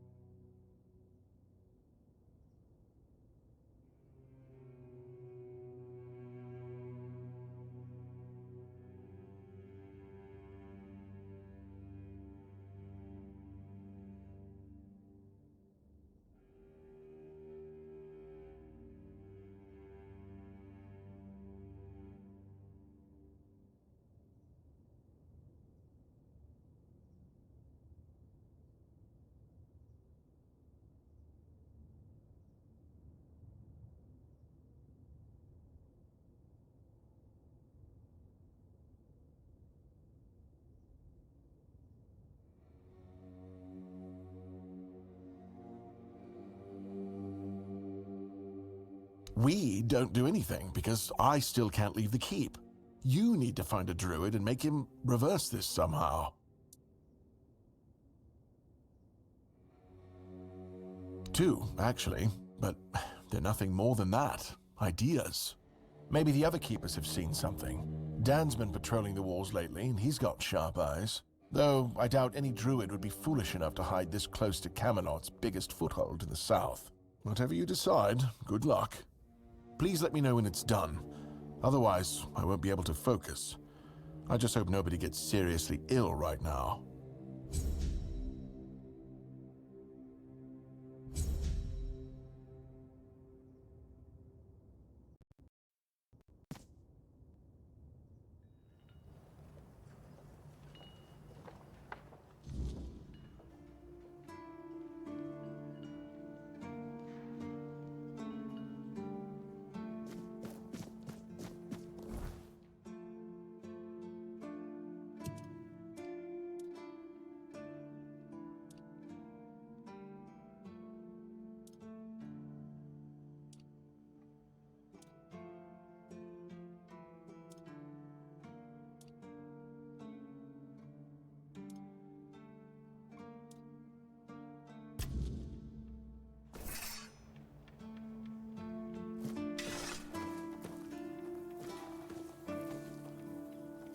something.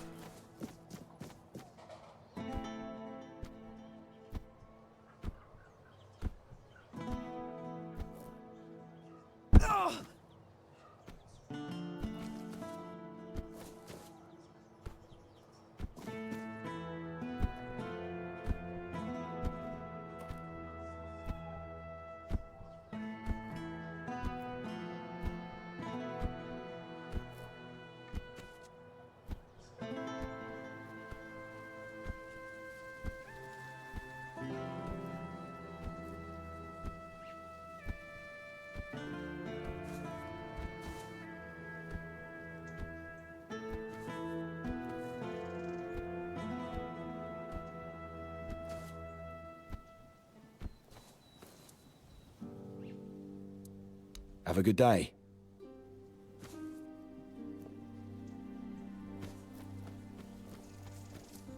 Take care. What? Where the hell did you get that? A weird beast? So what does that mean? Grandpa got drunk, fell into the well, and got turned into a monster? Ha! That would have been rich. But strange. Gil swore that he saw him walking into the woods. Why? What does he have to do with this? Alright, if you say so, I'll talk to him. Anyway, thanks for this. And for clearing out the well, I guess. We don't have much, but I hope this will be enough for your trouble.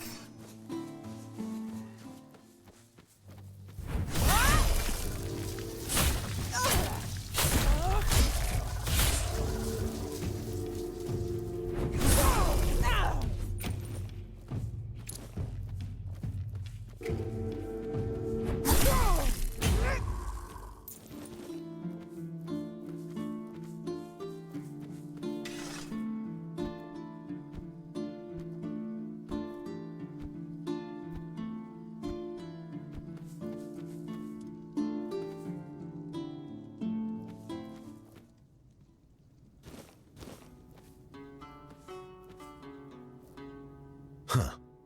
Another vessel of flesh wandering these damned lands. I sensed the stench of mortality upon you from miles away. Was it the church? The druids? Or have the old gods marked you as their sacrifice? Don't answer. All paths lead to eternal darkness. The wheel of suffering turns without purpose. You seek the crossroads, like all others before you, as if it would save you from what awaits beyond the veil. I am Baharit, a knight of the abyss.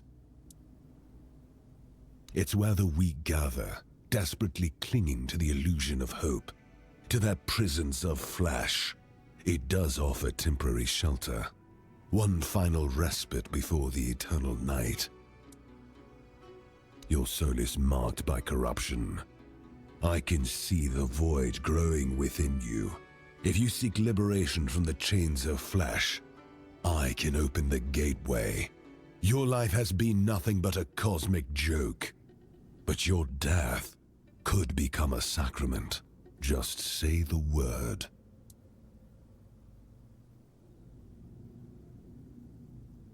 Yes, the void claims us all eventually. Excellent. Let blood be the key that opens the gate to oblivion.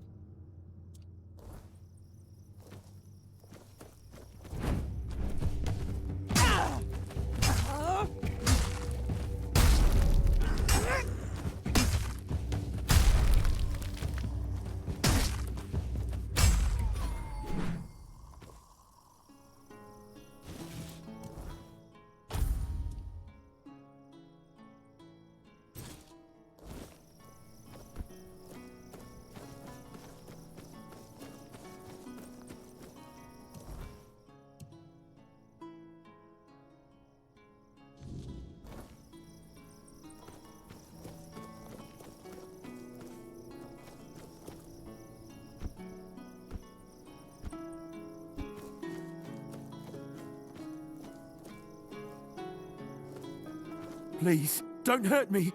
I don't want to die. Yes, it's me. But look at me. I can't go back. It's the Red Death. I had to run to keep the others safe. My poor, sweet Beatrice. I'll never know if she gave me a son or a daughter. But I'd never risk going back to Camelot. I'll hide out here, somewhere in this abandoned village. No one will ever find me, I swear.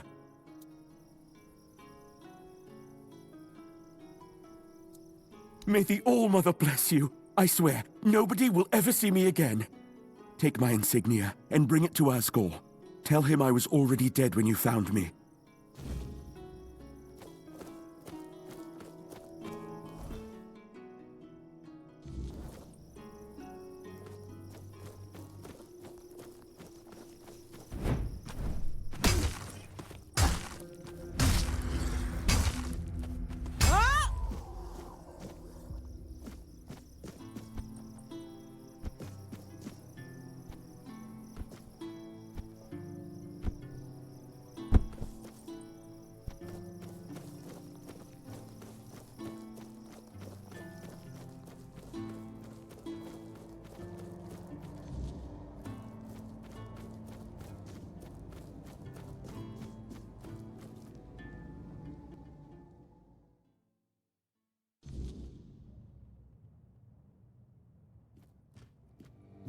Dear me, another one? We've been getting quite popular, haven't we, Wilkin?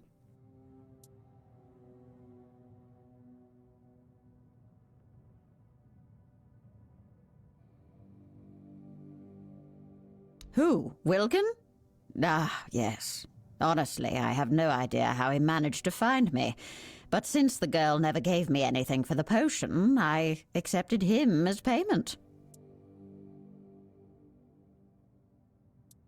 Oh, that's it now. And have you asked him if he wants to come with you? Just because he's currently a pig doesn't mean he can't think for himself.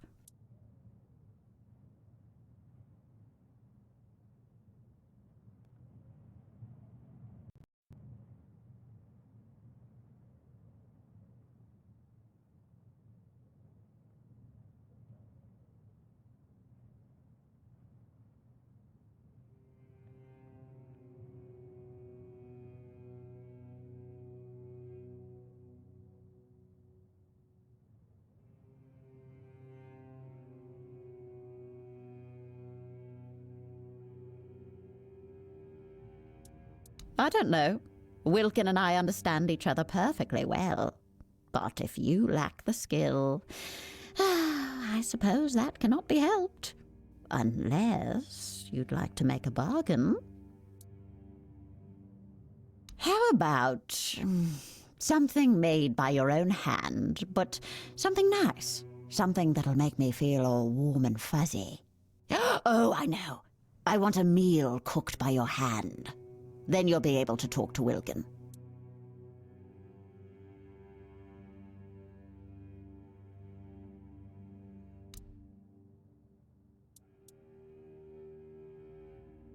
Oh, that's so lovely. It looks so, odd. And you humans eat that, really? I'll think where to put it, so I can admire it for a bit. Go on, talk to the pig. I'll wait here. But don't wander off too far. Who knows if I'll still be here when you get back.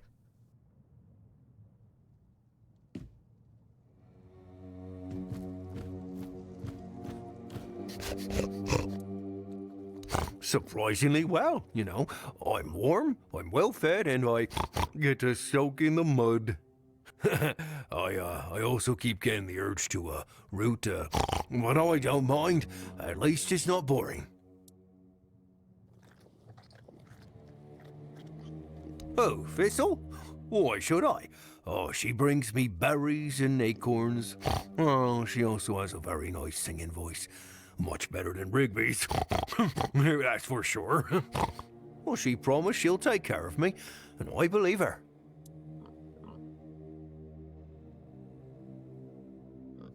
I doubt it, but that's how she introduced herself, so that's what I call her. Rian did that. I don't care if the results weren't exactly what she intended. She still tried to change me. That's very nice of you, but I'm not sure I want that. This life ain't so bad. It's easy and straightforward. I eat, I sleep, I root, I talk to Thistle. No morning drills, no Denholm yelling in my ear, no angry Canucks people spitting at my feet. It's peaceful. I like it. Pretty sure, yes. I know I won't live as long as I could as a human, but you've seen what's happening on Avalon. I doubt I'd live much longer anyway.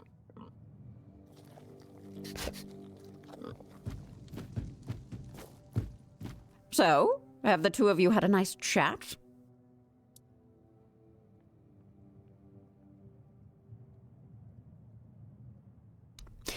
A wise decision. You don't need to worry about our dear Wilkin. I'll take good care of him. He shall live out the rest of his days in happiness, with nary a care in the world. This I vow to you. Now, be gone. It's been amusing, but I've had quite enough of you.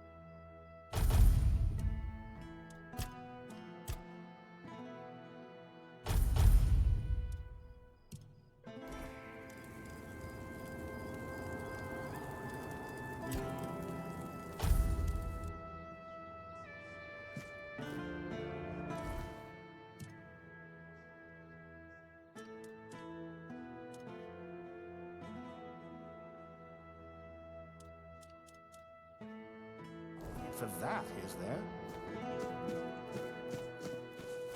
I am an outcast, exiled from my home.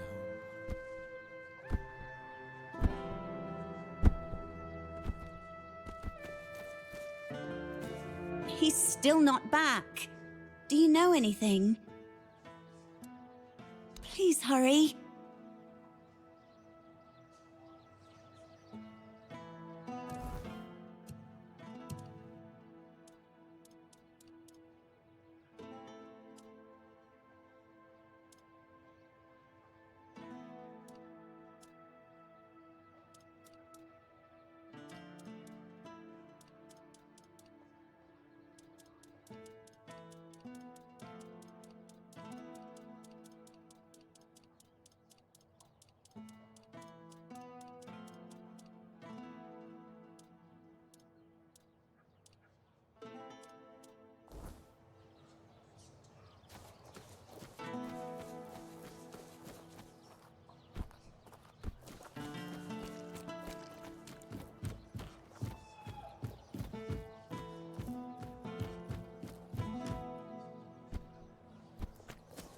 I am an outcast.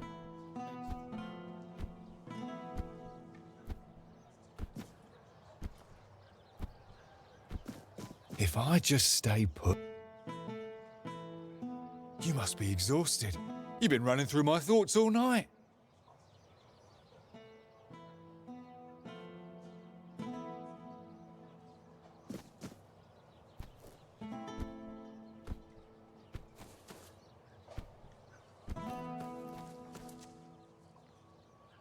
Yeah? You do? What happened to him?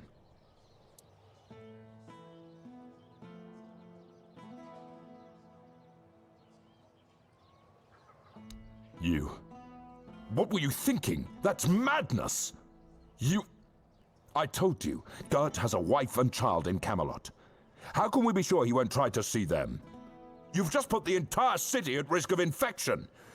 Don't expect a single coin after this stunt. I cared for Gert like a son, but Camelot's safety means more than one soldier. Don't show your face to me again until you fix this foolishness.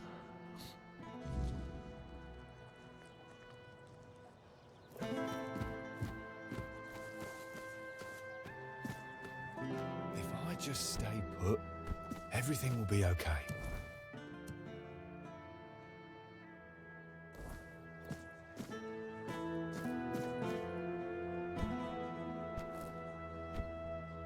Have some spare food or coin? Anything else?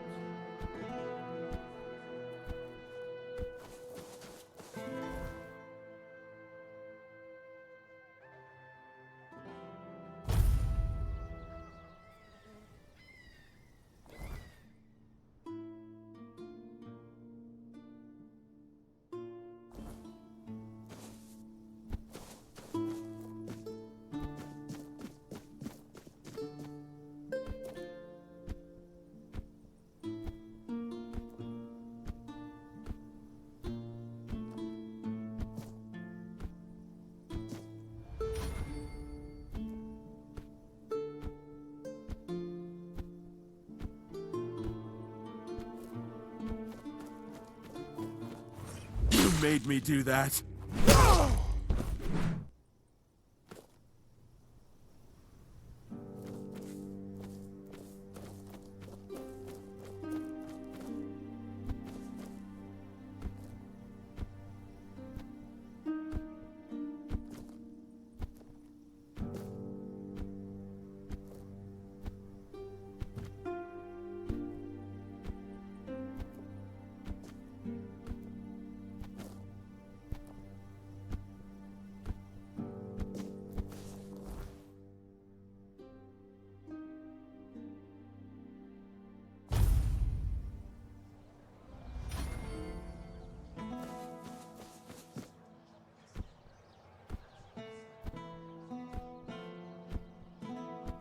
Help a soul out on your journey, will you? If I just stay put, everything will be okay.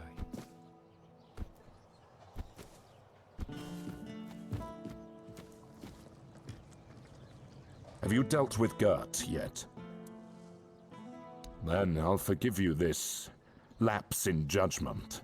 But don't let it happen again. Here's your gold. His wife will be devastated, and the child's now an orphan. Damn it. I'd hoped he'd meet a better fate.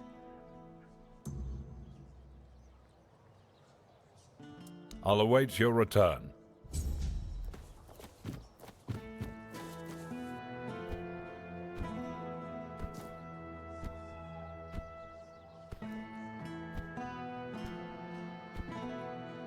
Help a soul out on your journey, will you?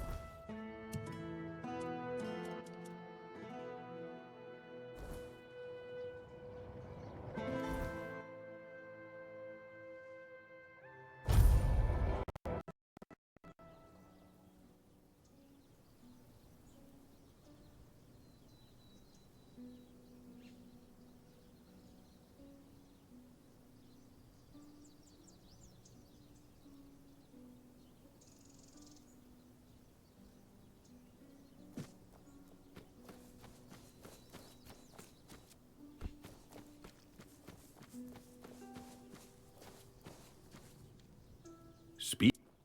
Good. Don't bother.